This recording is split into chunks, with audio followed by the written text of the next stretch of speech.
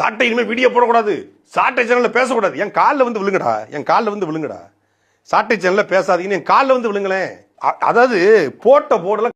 Guys, இந்த சாக்கடை வாயனை வந்து பார்த்தீங்க அப்படின்னா இப்படியே விட்டுக்கிட்டு இருந்தோம் அப்படின்னா இன்னமும் அவன் பேசிக்கிட்டு தான் இருப்பான். ஏதோ இந்த உலகத்திலேயே அவனுக்கு மட்டும் தான் வாய் இருக்கு அப்படிங்கிற ஒரு ரீதியில் பேசிகிட்டு இருக்கான். என்னமோ அவர் தான் வந்து என்னமோ அடித்து பொழக்கிறானா. டேய், எங்கடா அடித்து பொழக்கிற? யூடியூப் சேனலில் உட்காந்துக்கிட்டு வாய்ஸ் அவடா விட்டு அடித்து பொழக்கிறியா என்ன?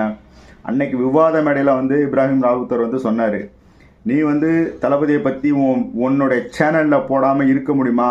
எங்களை எதுக்காக சொன்னார் அப்படின்னா, நீ எங்களை பற்றி பேசினாதான் உனக்கு வருமானம், எங்களை பற்றி பேசினாதான் உனக்கு சோறு என்ன? நீ மற்றபடி டிவி டிபேட்டில் போய் பேசி என்ன வேணால் பேசு, உன் சேனலில் வந்து பேசாமல் இருக்க முடியுமா அப்படின்னா கண்டிப்பாக முடியாது. ஏன் அப்படின்னா நீ காசை வாங்கிட்டு கூவிட்டு இருக்க எச்ச நாயிடா நீ அப்படிங்கிற ஒரு டோனில் தான் அன்றைக்கி சொன்னார்.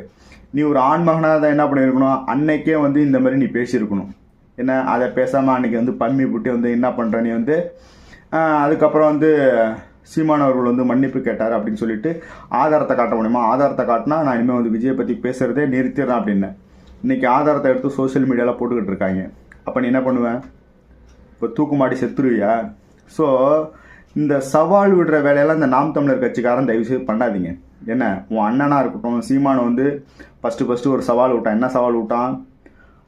மக்கள் நல கூட்டணியை விட நான் வந்து அதிகமாக ஓட்டு வாங்கிட்டேன் அப்படின்னா, ஓட்டு வாங்கலை அப்படின்னா நான் வந்து சிபிஎம்மில் ஜாயின் பண்ணிடுறான்னா பண்ணிட்டானா என்ன? அதுக்கப்புறம் கரிகஞ்சி எங்கள் அண்ணன் சீமானை வந்து இலை மலர்ந்தால் ஈழ மலரும் அப்படின்னு சொல்லியிருந்தா நான் வந்து அரசியல் பேசுகிறத நிறுத்திடுறான் அப்படின்னா, அந்த கட்சியை விட்டு விலகிடுறான் அப்படின்னா பண்ணிட்டானா?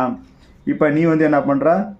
எங்கள் அண்ணன் பாலியல் வழக்கில் வந்து மன்னிப்பே கேட்கல அப்படின்னு சொல்லி ஆதாரத்தை காட்டுங்க அப்படிங்கிற. இன்றைக்கி நாங்கள் ஆதாரத்தை எடுத்து போட்டுக்கிட்டு இருக்கோம்.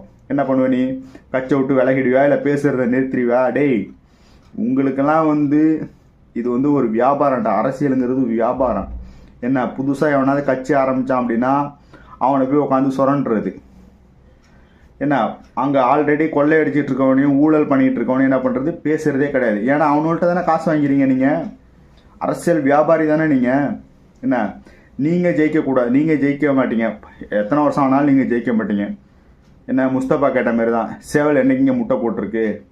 ஸோ அந்தமாரி கதை தான். ஸோ இந்த நாம் தமிழர் கட்சிங்கிறதோ சீமானுங்கிறவனோ ஜெயிக்கவே மாட்டான். ஆனால் புதுசாக எவன் கட்சி தொடங்கினானோ அவனை போய் நோண்டுவானோ என்ன? தினமும் நீ 2 வீடியோ போடுறதுனால, தமிழக வெற்றி கழகத்தை ஏற்று 2 வீடியோ போடுறதுனால தமிழ்நாட்டு மக்களுக்கு ஏதாவது புரோஜனம் அப்படின்னு பார்த்தோன்னா ஒன்றுமே கிடையாது. ஒரே ஒரு விஷயந்தான், உனக்கு வருமானம் வேணும், உன்னுடைய குடும்பம் நல்லா இருக்கணும், அதற்காக எங்களை பேசி நீ வந்து வயிறு வளர்க்குறியே தவிர எங்கள்